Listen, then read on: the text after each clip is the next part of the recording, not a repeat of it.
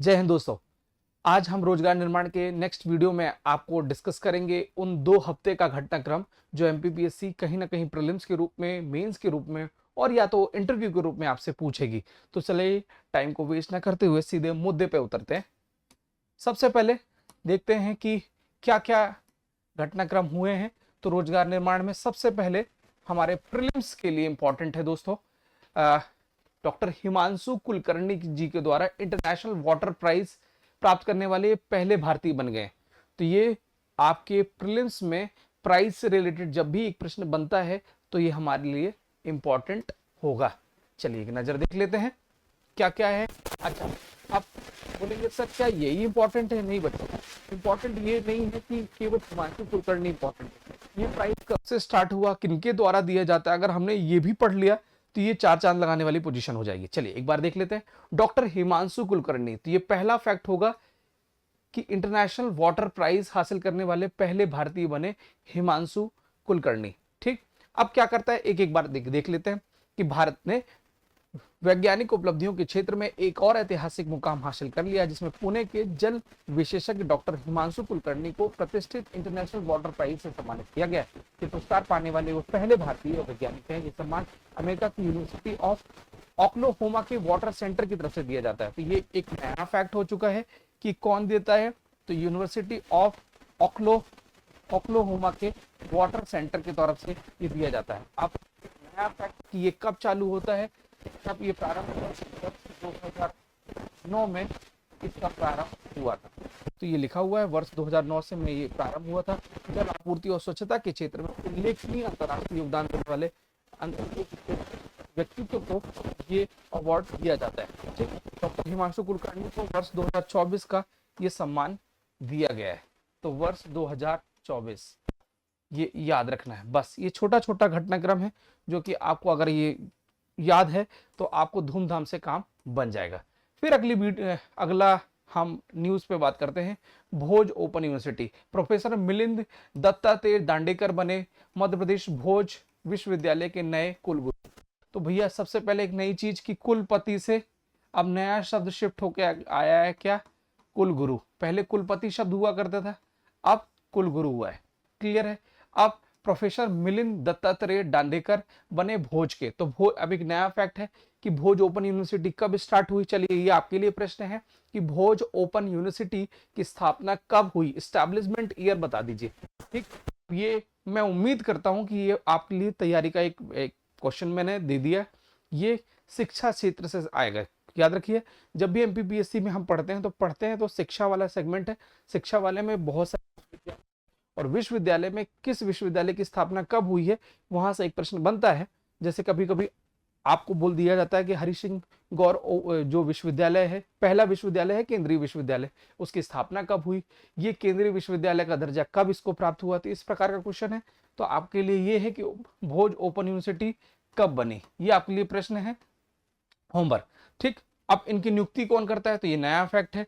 तो भैया कुलगुरु की नियुक्ति किसने की है? हमारे माननीय राज्यपाल जी श्री मंगू भाई छगन भाई जी पटेल के द्वारा भोज ओपन यूनिवर्सिटी के कुलपति के लिए नियुक्ति दी गई है, जिनको अब कुलगुरु बोला गया है।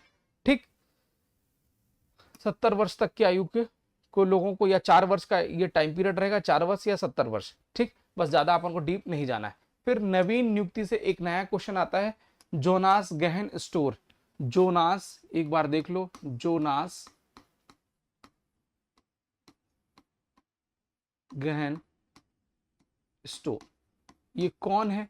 तो भैया ये नॉर्वे के, ये देखो लिखा है, दूसरी बार बने नॉर्वे के क्या है, प्रधानमंत्री साहब बने। ठीक, ये आपको याद रखना है। बस आपको ज्यादा डीप जाने की जरूरत नहीं है, बस यही पूछेगा कि नवनियुक्त नॉर्वे के प्रधानमंत्री का नाम बता दीजिए। तो बस आपको चुपचाप लगा देना है जोनास गहन स्टोर। ठीक, चलिए अगले। और इस पूरे के पूरे वीडियो में मेरी कोशिश ये है कि पूरा आपको रोजगार निर्माण नहीं पढ़ाना, रोजगार के निर्माण की उन प्रमुख न्यूज या घटनाक्रम को हमें हाईलाइट करना है जो हमारे एग्जाम पॉइंट ऑफ व्यू से इंपॉर्टेंट है। ठीक, फालतू की चीजों को पढ़ने का कोई मतलब नहीं, बी प्रोफेशनल। मेरा मानना यह है कि स्टूडेंट को इमोशनल नहीं प्रोफेशनल होने की जरूरत है। क्यों भैया, जितना एग्जाम में पूछा जाए हमको उतना ही निकालना है, यानी हम बाद में भी बन सकते हैं। मेरी बातें आपको हो सकता है कि कड़वी लग रही होगी, मगर मेरा मानना यह है कि वो टीचर आपके लिए ज्यादा फ्रूटफुल होता है, वो ज्यादा हितकारी होता है, जो आपको खुश करने की अपेक्षा आपके जीवन के लिए जितना हितकारी कार्य होना चाहिए अगर वो कर रहा है तो वो सही टीचर कहलाएगा। ठीक, सही गुरु मानेगा, मान सकते हैं, सही मेंटर मान सकते हैं। ठीक है, तो मेंटरशिप से ध्यान आया कि हमने अभी एक स्पेशल बैच और कोर्स अभी दीपावली के शुभ अवसर पर हमने लॉन्च किया है।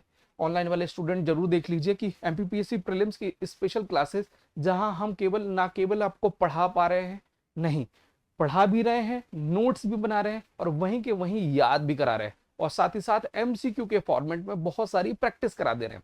मेरा मानना है कि प्रीलिम्स पढ़ना क्यों इंपॉर्टेंट है दोस्त, क्योंकि बहुत ज्यादा कंपटीशन है। एक पोस्ट के लिए 1700 बच्चे कंपटीशन में है, और आप मान के चलिए कि आपकी एक गलती दूसरे के सिलेक्शन का एक आधार स्तंभ तय कर देती है। और ये मैं मानता हूं कि मेंस के कंपैरिजन में ज्यादा ज्यादा कॉम्पिटिटिव सेगमेंट का हो गया। क्यों, एक पोस्ट पे 1700 बच्चे और एक पोस्ट पे 20 बच्चे, तो अब बताइए 20 बच्चों के कंपैरिजन में 1700 बच्चा ज्यादा, बिल्कुल सही है, ज्यादा है, और ज्यादा है तो ज्यादा संभावना उनकी हो जाती है, तो हमारी एक गलती किसी न किसी का सिलेक्शन करा देती है।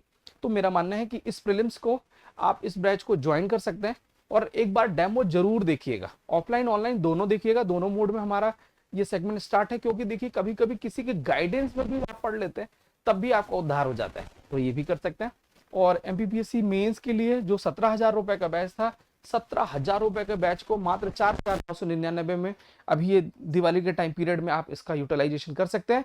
प्री प्लस मेंस जिसमें 1199 प्लस ये, तो टोटल 1200 प्लस 5, तो 6200 का कोर्स की जगह आपको 5500 रुपए में, यानी 20,000 रुपए का कोर्स मात्र 5500 रुपए में, 5,500 रुपए की राशि में आपको प्रीलिम्स प्लस मेंस आपको मिल जाएगा, जिसमें साल भर तो आपको पूरा का पूरा पढ़ाया जाएगा, प्लस 1 साल की वैलिडिटी आपको एक्स्ट्रा मिलेगी।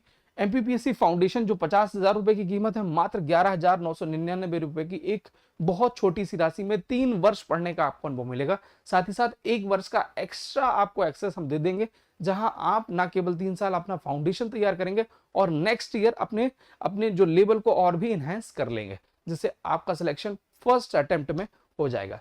ठीक है, और साथ ही साथ प्रीलिम्स के इस माहौल को देखते हुए हमने स्टार्ट किया है Sunday to Sunday test series, जहां आपको 3-3, 2-2 लाइनें दी जाएंगी सिलेबस की लाइनों को कंप्लीट करेंगे। कंप्लीट करने के बाद क्या करेंगे कि उसको प्रिपेयर करेंगे, एमसीक्यू करेंगे, शॉर्ट नोट्स बना लेंगे, और उसके बाद संडे टू संडे आप टेस्ट देंगे, जिससे आपका लेवल धीरे धीरे इंक्रीज होगा। और नवंबर और दिसंबर के टाइम पीरियड में हम ये पूरी की पूरी साइकिल, यानी पूरा का पूरी 10 यूनिट कंप्लीट कर देंगे। फिर एफएलटी टेस्ट लेंगे, तो आपको मैं बता दूं कि इसमें टॉपिक वाइज और यूनिट वाइज 17 टेस्ट होंगे।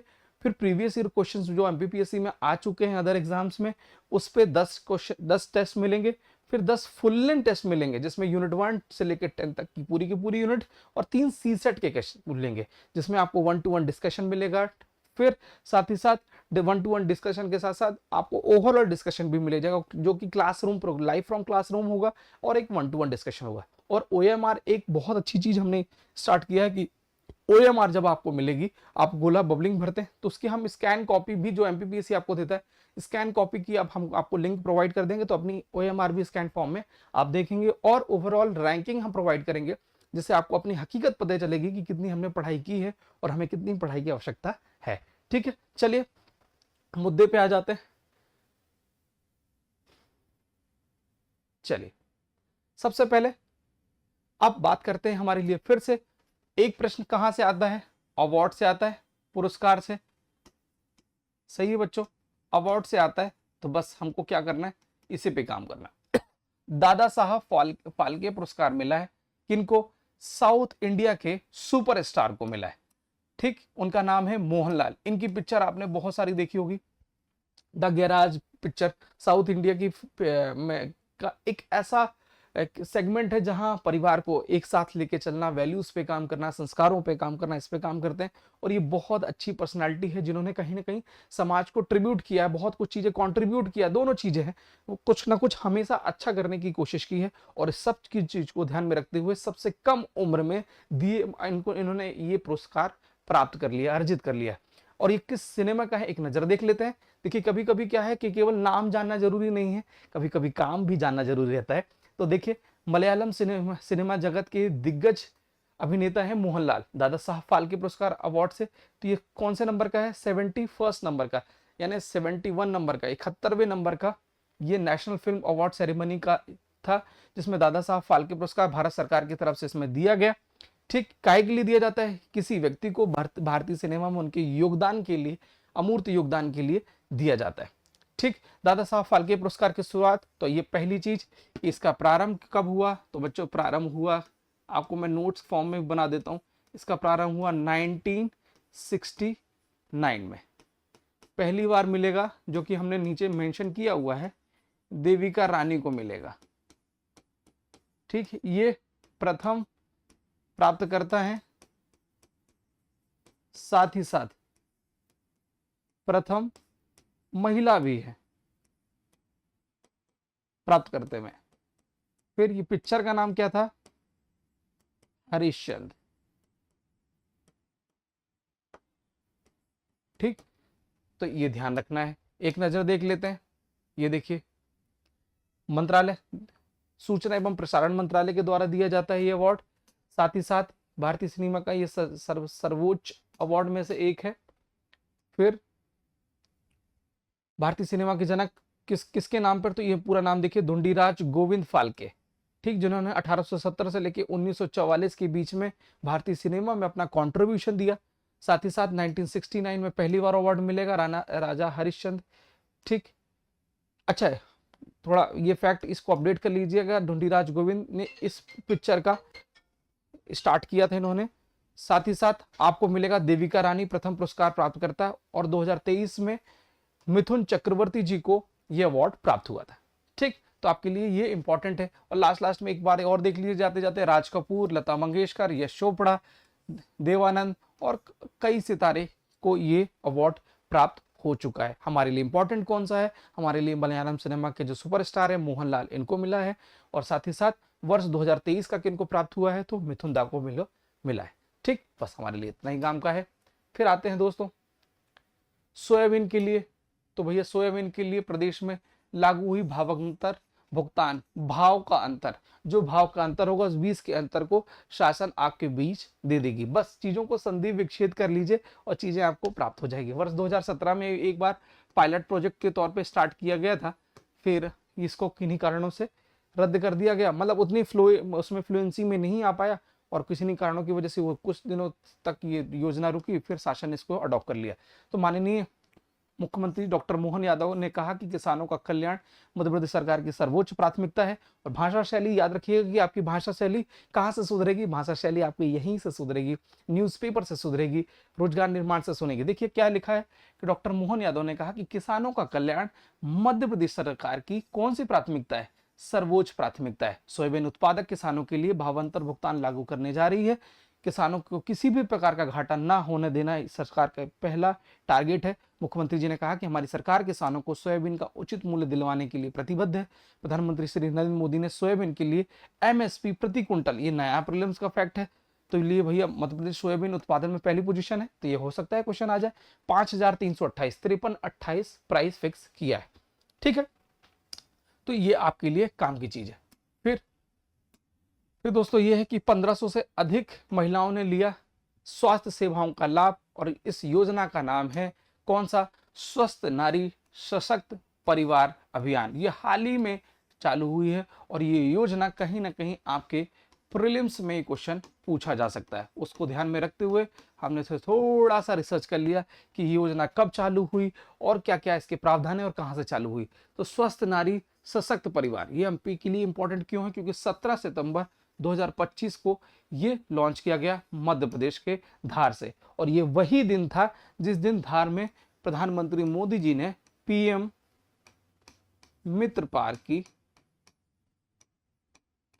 उद्घाटन किया। ठीक, पीएम मित्र पार्क क्या है, तो प्रधानमंत्री मेगा इंटीग्रेटेड टेक्सटाइल, ठीक है, जो एरिया जो है इसको पीएम मित्र पार्क टेक्सटाइल का संबंधित ये रखा है। ठीक, ए से अप्रैल होगा, ठीक, ए से अप्रैल, अप्रैल। ठीक, अब क्या है, इस योजना के तहत क्या होगा, भोपाल में आयोजित ये 1500 से अधिक महिलाओं को विभिन्न स्वास्थ्य सेवाओं का लाभ दिया गया, जिसमें एनीमिया से संबंधित, रक्तचाप से संबंधित, मातृ और शिशु मृत्यु पर भी काम किया गया, मधुमेह पे फिर काम किया गया और कैंसर पे भी। ये पूरा शासन का लक्ष्य ये है कि जो महिलाओं और बच्चों से संबंधित जितने ये सब प्रॉब्लम्स हैं, इस पर शासन का पूरा फोकस है। कैब में स्त्री रोग, पीसीओएस, मानसिक स्वास्थ्य, उच्च रक्तचाप, डायबिटीज, सिकल सेल, किशोरी स्वास्थ्य, दंत रोग, नाक कान गला और महिलाओं से होने वाली कैंसर संबंधित जो बीमारियां हैं उन पर निःशुल्क इलाज किया गया। अब क्या है, स्वस्थ नारी सशक्त परिवार अभियान 17 सितंबर 2025। बस आपको यही याद रखना है, इसके अलावा कुछ याद रखना है, ये योजना आपसे पूछी जाएगी।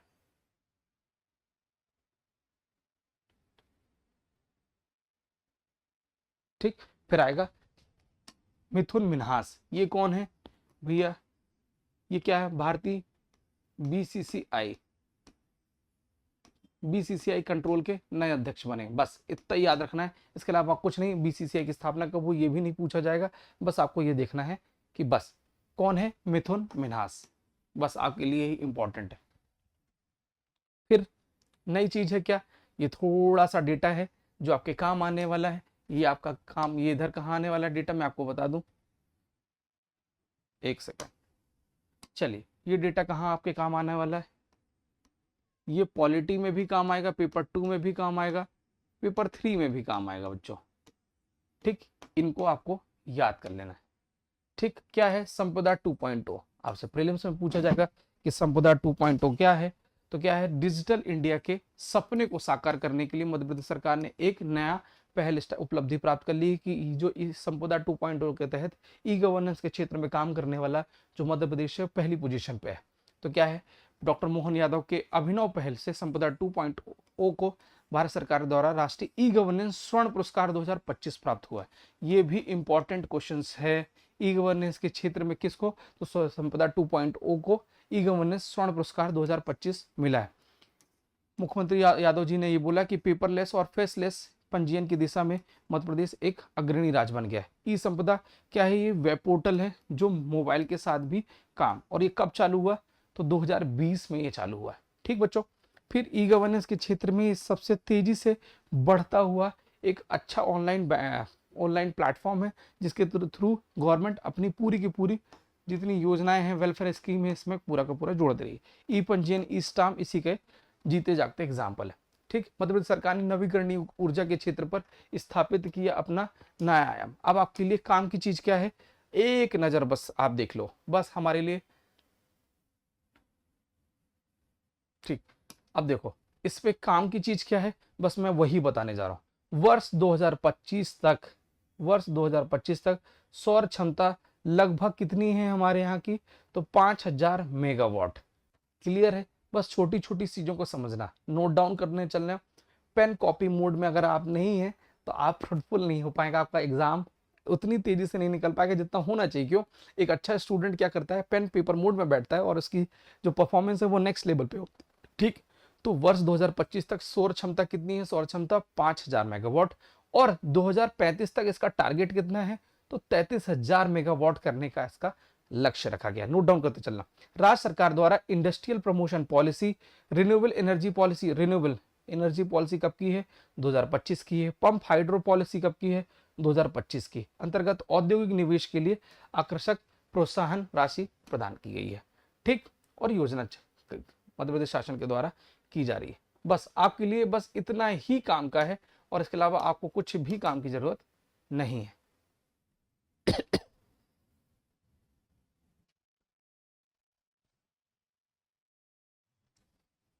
ठीक,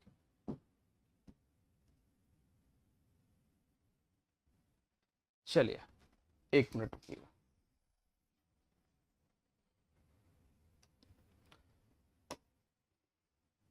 फिर है बच्चों, इसको आगे बढ़ाएंगे तो बस केवल आपके लिए एक लाइन है जो पेपर 2 पार्ट ए यूनिट 5 का सेगमेंट है, बालाघाट नक्सल संबंधित जो मुद्दे हैं। तो नक्सल, बालाघाट नक्सल प्रभावित एवं ग्रामीण क्षेत्रों के लिए 4000 से अधिक युवाओं को इसमें रोजगार प्रदान करेगा। बस इसमें बेंगलोर की 20 जो जितनी कंपनियां थी वो आई और रिक्रूटमेंट करके गई, जो क्लास 12 पास हैं, जो ग्रेजुएट बच्चे हैं, उनको रोजगार दिया गया। बस हमारे लिए बस थोड़ा सा ये फैक्ट जानने की जरूरत थी। अब ये काम की चीज है बच्चों, इसको थोड़ा सा एक नजर देख लेना, ये आपके काम की चीज है। अब देखो क्या क्या काम की है भैया हमारे लिए। अटॉर्नी जनरल जो है वो, ये देखो are Venkat Ramani, attorney general के कार्यकाल में 2 वर्ष की वृद्धि की गई।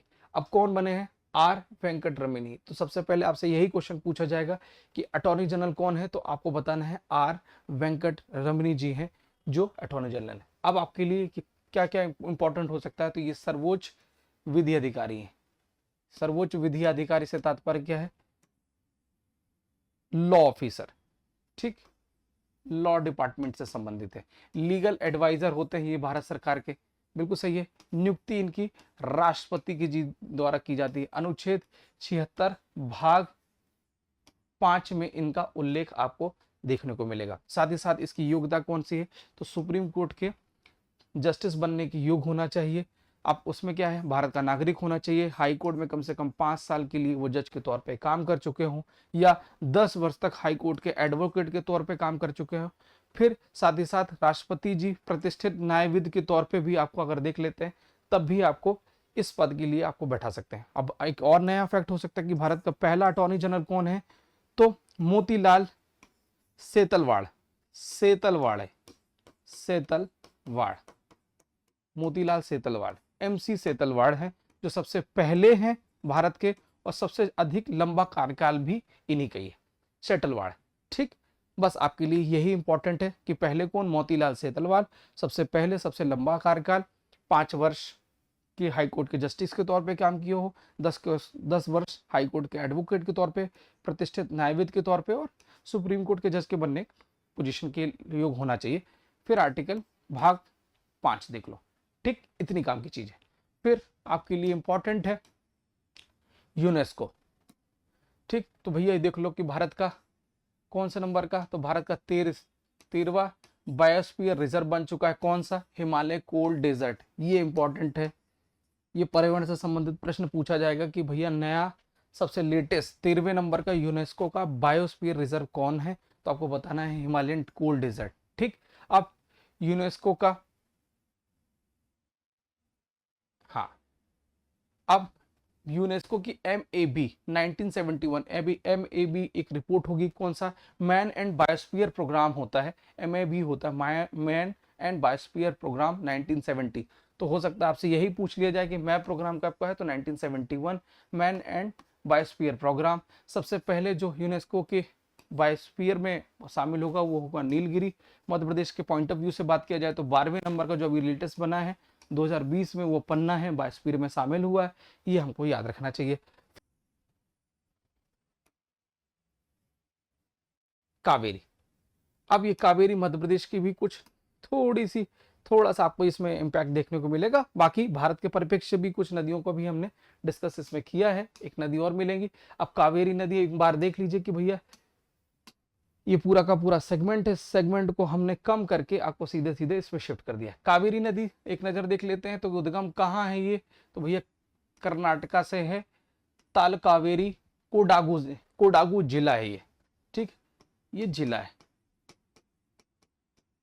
ये कहाँ का? कर्नाटक का कोडागू जिला है, ताल कटोरी कावेरी से निकलता है। और पर्वत कौन सा है, तो देखिए भैया बच्चों, जब भी इस टाइप का है तो पर्वत जो है वो है ब्रह्मगिरी के पर्वत से कावेरी नदी निकलेगी। फिर ये जलप्रपात कौन सा बनाती है, तो शिवा समुद्रम जलप्रपात आपको देखने का मिलेगा। फिर समाहन कहाँ जाके मिल जाएगी, तो बंगाल की खाड़ी में जाके मिल जाएगी। 800 किलोमीटर के आसपास की इसकी लंबाई है। सहायक नदियों की बात करते हैं तो हरंगी, हेमावती, सिमसा, अकवथी, किविनी, भवानी, नायनाल और अमरावती है। ठीक, अगेन मैं रिपीट कर देता हूं, और इसको दक्षिण भारत की गंगा भी बोलते हैं। अगेन रिपीट है कि दक्षिण भारत की गंगा है अमरावती, नायनाल, कविथी, कविनी, भवानी, हरंगी, हेमावती, शिमसा इसकी सहायक नदियां हैं। साथ ही साथ लंबाई इसकी 800 किलोमीटर के आसपास है, और ये जाके मिल जाती है बंगाल की खाड़ी में। जलप्रपात सीमा समुद्र, फिर शिव समुद्र, और फिर है ब्रह्मगिरी पर्वत से निकलती है, और ताल कावेरी कर्नाटक से इसका उद्गम देखने को मिलता है। और ये पूरा का पूरा जो ये आपका आर्टिकल था, इसको सिनॉप्स करके मैंने आपको दे दिया एग्जाम पॉइंट ऑफ व्यू से। ठीक, फिर आते हैं, फिर भारत की एक प्रमुख नदी महानदी, और ये भारत की छठवीं सबसे बड़ी नदी होगी, छठवीं सबसे बड़ी नदी है। तो इसका प्राचीन नाम है, जो कि आपके लिए प्रीलिम्स के लिए फिर इंपॉर्टेंट है, जहां जहां इंपॉर्टेंट होगा मैं वहां आपको बताते चलूंगा। तो भैया चित्रोफला, एक महानंदा और नीलोत्पला, ये इंपॉर्टेंट है, चित्रोत्पला, महानंदा और नीलोत्पला। ठीक, फिर प्रवाह कहाँ है, तो भैया छत्तीसगढ़ उड़ीसा में इसका देखने को मिलता है। उद्गम कहाँ, धमतरी, ये छत्तीसगढ़ का एक जिला है, और वहाँ का सिहावा पर्वत श्रेणी से इसका उद्गम देखने को आपको मिलेगा, सिहावा पर्वत श्रृंखला से मिलेगा, श्रेणी से मिलेगा। धमतरी जिला छत्तीसगढ़, कहाँ कहाँ प्रवाह है, छत्तीसगढ़ और उड़ीसा में देखने को मिलेगा। 857 के आसपास इसकी लंबाई है। बंगाल की खाड़ी में ये जाके ये पूरा का पूरा सेगमेंट मिल जाएगा। इस पर प्रमुख बांध बना है, जिसका सबसे लंबा बांध कौन सा, हीराकुंड बांध। सहायक नदी कौन सी, सोंडूरू, पेरी, शिवनाथ, खारून, जोंक, सुरंगी और जामुनिया। ठीक, अगेन मैं बोल रहा हूँ, जमुनिया, सुरंगी, जोंक, खारून, शिवनाथ, सोंडूर और पेरी। ठीक, और बांध किस पर बना है, तो भैया इस नदी पर हीराकुंड बांध बना हुआ है, बंगाल की खाड़ी में है, 857 किलोमीटर है। सिहावा पर्वत श्रेणी जो कि कहाँ है, तो धमतरी जिले छत्तीसगढ़ में है। प्रवाह की बात करते हैं तो छत्तीसगढ़ और उड़ीसा में है। फिर अन्य नाम है तो चित्रोत्पला, नीलोत्पला, पला पला लिखा हुआ है, तो चित्रोत्पला, नीलोत्पला और महानंदा। महानंदा नहीं पूछा जाएगा, ये नीलोत्पला पूछ सकता है और चित्रोत्पला। ठीक, फिर सीक्वेंस की बात करें तो भारत की सबसे छठवीं सबसे बड़ी नदियों में से होगा। बस क्विक रिवीजन है, आपको इसको पढ़ने की जरूरत नहीं है। क्यों, हमारे एग्जाम पॉइंट ऑफ व्यू से काम की चीज थी, मैंने आपके हिस्से पे निकाल के दे दिया। ठीक, देखिए अब बात करते हैं, ये मध्य प्रदेश देश की कपास कैपिटल बनने की यात्रा है। तो ये पूरा का पूरा जो अभी पीएम मित्र पार्क का इनॉग्रेशन हुआ था, उसी का उसमें हमारे मोदी जी ने इसमें जिक्र किया है। तो इस पे आपको कुछ नहीं करना है, हमको एक बार मैं आपको ये हाईलाइट कर देता हूँ, ये सेगमेंट कौन कौन सा है। तो पीएम मित्र पार्क की आधारशिला रखी गई है, एक सेकेंड,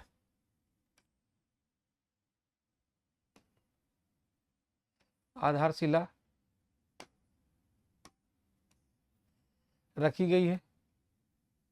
ये थोड़ा टेक्निकल इशू हो चुका है, कोई बात नहीं।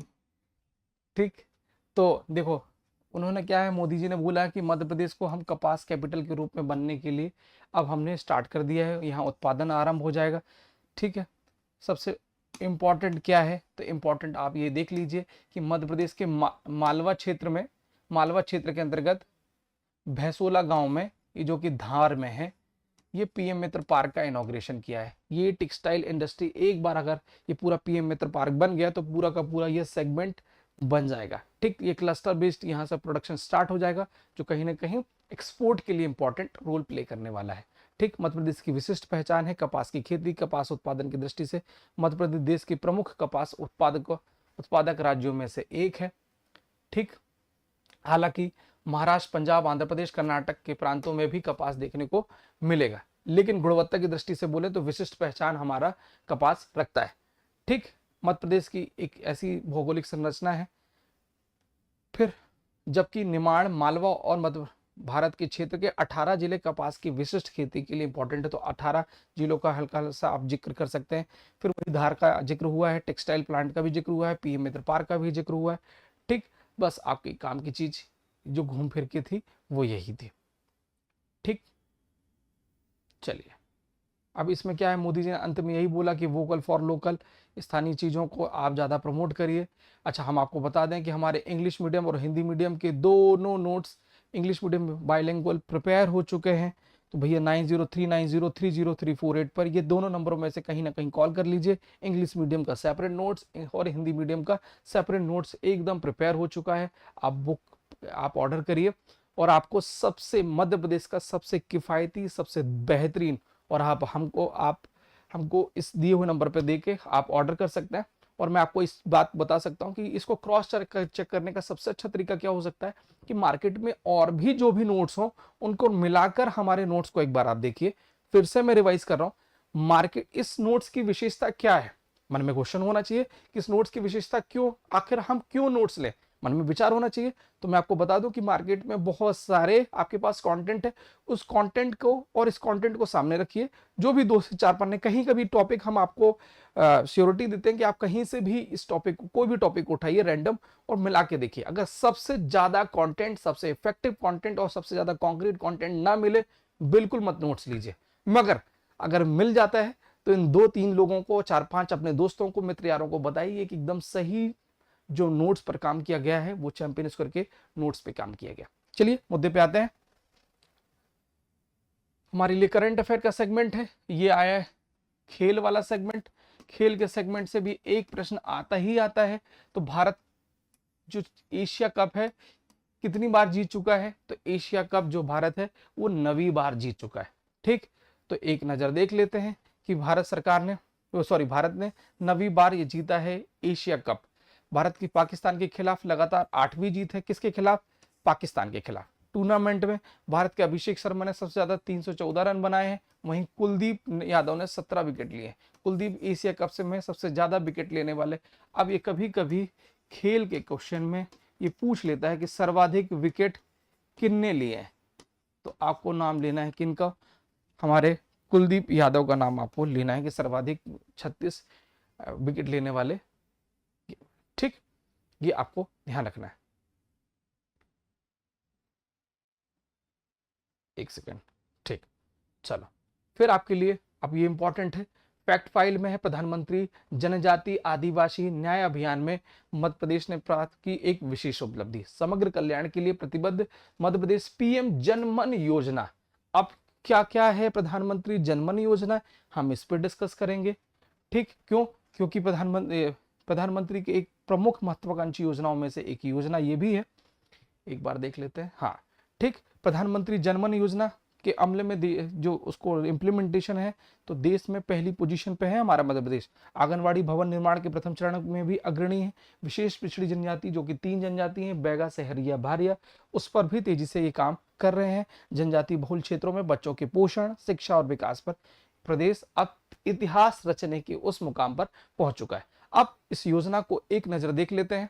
बच्चों देखिए, प्रधानमंत्री जनमन योजना, सबसे पहले आपसे प्रश्न पूछा जाएगा कि कब चालू हुआ, तो जनजातीय गौरव दिवस कब, तो 15 नवंबर 2023, जो कि आने वाला टाइम है। 15 नवंबर फिर से आने वाला है। जनजातीय गौरव दिवस भगवान बिरसा मुंडा जी के याद पर मनाया जाता है। तो 15 नवंबर 2023 जनजातीय गौरव दिवस। विशेष रूप से कमजोर जनजातीय समूहों के सामाजिक आर्थिक स्थिति को बेहतर बनाने के लिए, फिर से मैं बोल रहा हूँ, विशेष रूप से कमजोर यानी बैगा, सहरिया, भारिया जो जनजाति है, समुदाय है, उनको सामाजिक और आर्थिक रूप से सशक्त बनाने के लिए ये योजना स्टार्ट की गई थी। विशेष पिछड़ी बैगा, सहरिया, भारिया। 3 लाभ क्या है? शिक्षा के क्षेत्र में, स्वास्थ्य के क्षेत्र में, पोषण आधारभूत सुविधा देने के लिए इस योजना की स्थापना है। साथ ही साथ बच्चों, नए आंगनवाड़ी केंद्रों का निर्माण, पक्के भवन करना, पूरक पोषण आहार के और पूरक पोषण आहार को नियमित प्रदान करना है। ऐसा नहीं कि डेली बस 2-3 दिन में बस पीएम मोदी जी को इंप्रेस करने के लिए नहीं, आपको इस वर्ग के लिए डेली कुछ ना कुछ नया करने के लिए ये अभियान स्टार्ट किया गया था। ठीक, बस आपके लिए इंपॉर्टेंट है, 117 आंगनवाड़ी भवनों का निर्माण करना है। 31 मार्च 2026 तक का टारगेट है। मगर हमारे लिए इंपॉर्टेंट क्या है? हमारे लिए इंपॉर्टेंट है प्रधानमंत्री जन मन योजना के बारे में हमको जिक्र करना है। इसके अलावा हमको ज्यादा दिमाग नहीं लगाना है। ठीक, चलिए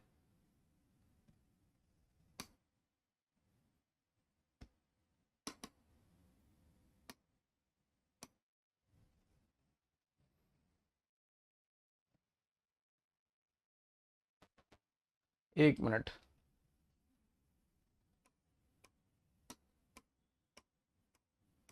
अब क्विक रिवीजन कर लेते हैं। हमारे रोजगार निर्माण में तोमर वंश के बारे में जिक्र किया गया है और राजवंश से एक प्रश्न आएगा ही आएगा। फिर से मैं बोल रहा हूं, राजवंश से एक प्रश्न आएगा ही आएगा। एक नजर उसको देख लेना चाहिए। मेरा मानना है कि एक नजर आपने उसको देख लिया तो आपका आज ये जो 10 मिनट 15 मिनट आपने इसको दिया वो कहीं ना कहीं सार्थक सिद्ध होने जा रहा है। तोमर वंश, जिसे तंवर या तुर राजवंश भी बोलते हैं। सरल शब्दों में धीरे धीरे समझ लेते हैं, कोई जल्दी नहीं है। मुझे लगता है कि अभी हुए हैं 35 मिनट, 5 से 10 मिनट में सेगमेंट अपन डील कर लेते हैं। उत्तर पश्चिम भारत का एक राजवंश था। तोमर ने सर्वप्रथम 8वीं शताब्दी के उत्तरार्ध में दिल्ली में अपना तोमर राजवंश स्थापित किया। दिल्ली की राजधानी उन्होंने बनाया, दिल्ली को राजधानी बनाया और 12वीं शताब्दी तक ये राज करते रहे। कालांतर में दिल्ली शहर में मुस्लिम शासकों के बाद तोमर वंश की 3 शाखाएं बनाई गई। ठीक, चलिए मुद्दे पे आते हैं। हमारे लिए क्या है, मध्य प्रदेश में तोमर वंश की स्थापना किसने कब हुई, तो 1394 में वीर सिंह तोमर द्वारा। ठीक, 1394 में 1394 में वीर सिंह तोमर द्वारा इसकी स्थापना की गई। अब वीर सिंह तोमर कौन है, एक बार देख लेते हैं। मध्य प्रदेश में तोमर वंश के संस्थापक राजा वीर सिंह तोमर को माना जाता है। तोमर वंश का कहाँ, चंबल क्षेत्र में आपको इनका विस्तार देखने को मिलेगा, जो कि हमारा ग्वालियर है। अब इनके द्वारा कौन कौन सा निर्माण कराया गया है, एक नजर देख लो। चतुर्भुज का मंदिर, जीत महल, जीत स्तंभ। चतुर्भुज का मंदिर, जीत स्तंभ और जीत महल, 2 जीत है। ठीक, वीर है तो वीर क्या होगा, जीतेगा, तो जीत महल, जीत स्तंभ और चतुर्भुज मंदिर। फिर आता है वीर सिंह देव के द्वारा कौन सा, तो वीर सिंह तोमर के द्वारा संस्कृत और आयुर्वेद के विद्वान थे उनके टाइम पीरियड में। ये खुद तोमर कौन थे, संस्कृत के और आयुर्वेद के ये विद्वान थे। साथ ही साथ इन्होंने कौन सी रचना की, अब ये भी इंपॉर्टेंट हो सकता है। देखिए सबसे पहले निर्माण की बात करें तो निर्माण में कौन सा, जीत स्तंभ, जीत महल, एक चीज, और चतुर्भुज मंदिर। फिर बात करते हैं रचनाएं कौन सी है, तो वीर सिंहावलोकन, वीर सिंहावलोकन, ये खुद अपने आप में वीर थे तो वीर सिंहावलोकन। फिर दुर्गा भक्ति, ठीक, भुक्त, दुर्गा भक्ति तरंगिणी, दुर्गा भक्ति तरंगिणी। ये नाम याद रखना, मैं धीरे धीरे बोल रहा हूं, फिर से बोल रहा हूं, आपको याद कराने के लिए, खुद याद करने के लिए नहीं। ठीक, 2 होंगे, कौन कौन सी, वीर सिंहावलोकन 1, दुर्गा भक्ति तरंगिणी। ठीक, अगर आपको पूछा गया कि दुर्गा भक्ति तरंगिणी की रचना किसने की है, तो आपको याद रहना चाहिए कि वीर सिंह तोमर के द्वारा की गई। और का स्थापत्य कौन कौन सा, फिर से मैं याद दिला दूं, चतुर्भुज, फिर जय स्तंभ और जय महल। आगे बढ़ते हैं, फिर आते हैं बीरमदेव। बीरमदेव क्यों, 1402 में तोमर राजवंश को संभाला। इनके समय खिरज खान ने, अब किनके समय में खिरज खान ने हमला किया, तो भैया बीरमदेव। तो ग्वालियर के किले पर आक्रमण किया, परंतु किला अत्यधिक मजबूत होने के कारण खिरज खान विजय नहीं हो सका। फिर मालवा के शासक होशंग शाह के द्वारा 1423 में ग्वालियर गढ़ को घेर लिया गया और बीरमदेव के नेतृत्व में ग्वालियर की जनता ने लगभग